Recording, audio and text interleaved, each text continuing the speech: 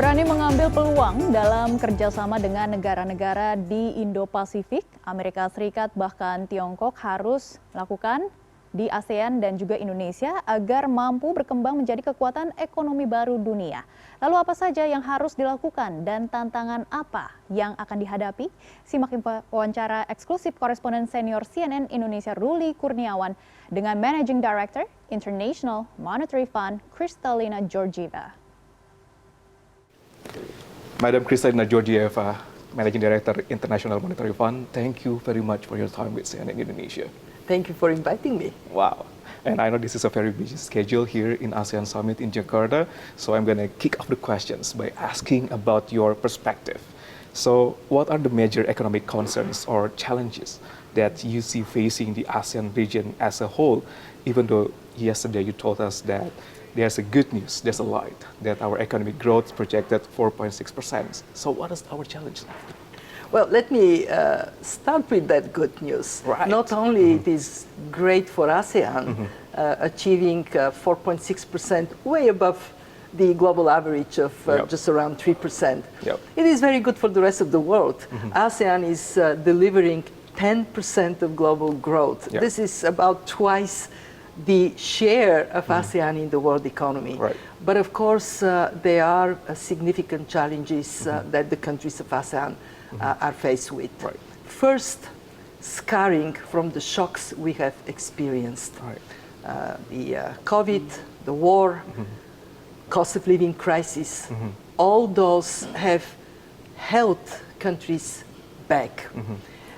Only the United States has overcome this scarring, this impact. The Eurozone, 2% below the pre-pandemic trend. ASEAN is 8% below the pre-pandemic trend because it was expected to grow very rapidly, and this growth has been severely impacted. So while the ASEAN countries are growing fast, they actually have to do even better to overcome this scarring. Two, the world is moving very rapidly, and ASEAN countries have to also move fast. That means reforms. What is it that made ASEAN strong? Reforms in the past. Look at Indonesia, strong macroeconomic fundamentals, growth up, inflation down. That has to continue. Reforms in terms of investing in skills for tomorrow, for the world where artificial intelligence would play a role. Reforms to tackle the climate crisis, move to a green economy. And most importantly, to be competitive, attractive for financing, domestic financing and overseas. Three, fight fragmentation. ASEAN economies are open economies. They trade with each other, they trade with the rest of the world. And yet what we see today is very dangerous reversal. Less trade, more tensions. And for ASEAN, as an open dynamic economy, very important to pass its own message. What is the message? We heard President Jokowi, harmony in diversity. We have to build bridges, not burn them. Okay, bridges, not burdens. That's the key points here. So talking about macroeconomics that you said earlier, so how do factors like fiscal sustainability, monetary policies, and external flows impact the economic outlook for both ASEAN and Indonesia? What we have seen in the countries of ASEAN is very prudent fiscal policy, and it translated into building buffers that help ASEAN cope with all these shocks. And that prudent fiscal policy must continue. Not an easy task, because we have parts of the population that are suffering disproportionately. They need to be helped. And at the same time, the purse needs to be kept tight. Collect more taxes, make sure there is no tax avoidance, and of course continue to improve the quality of public spending. And for Indonesia, this has paid off very nicely, because what we see in Indonesia is really a very strong fiscal position. I want to express my respect to Ibu Sri Mulyani for all she has done, and overall the leadership of Indonesia in the rest of ASEAN for prudent macroeconomic policies, very valuable. Very valuable. Okay, so that's the. Is there any like recommendations or strategies does the IMF suggest for ASEAN countries and also Indonesia? I mean, like to overcome like all those challenges that you said earlier. Well, we are working with each and every country to look into the fiscal position, the monetary policy of the country, and then provide recommendations tailored to individual countries. Here in Indonesia, we have worked very hard to look into how the policy mix is benefiting the growth and dynamism of Indonesia, and we will continue to do so.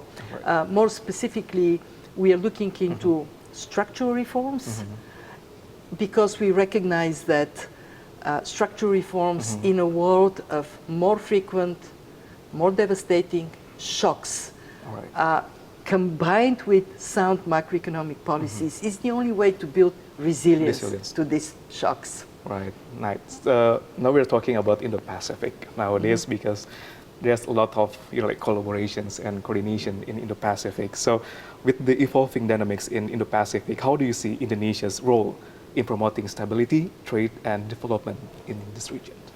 What Indonesia has done in this round of ASEAN cooperation is remarkable. Wow. Because in a world that is unfortunately pulled away, Indonesia built stronger integrity and cooperation among the ASEAN countries.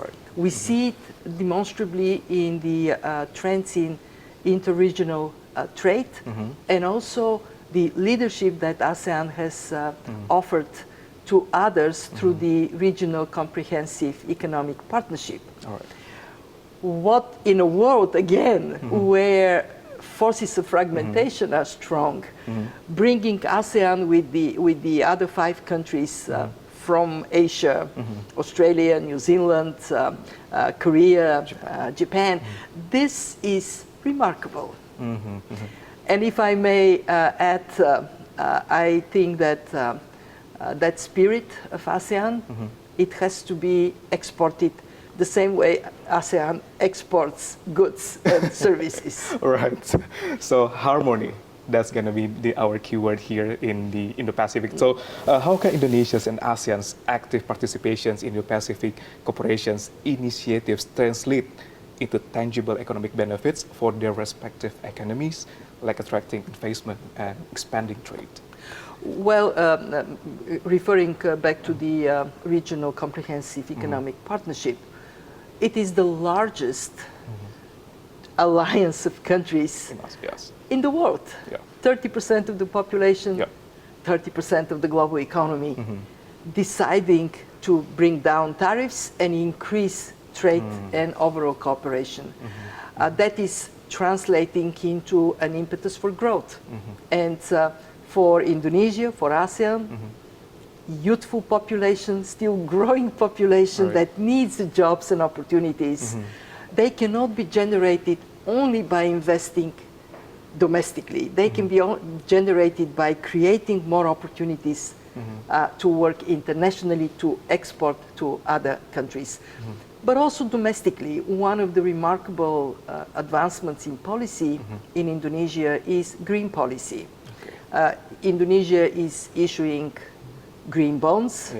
It has introduced a carbon price to incentivize green investment, is looking into being part of the global value chain on the green transition. This is the new area of growth. The same way the digital economy offers a new area of growth.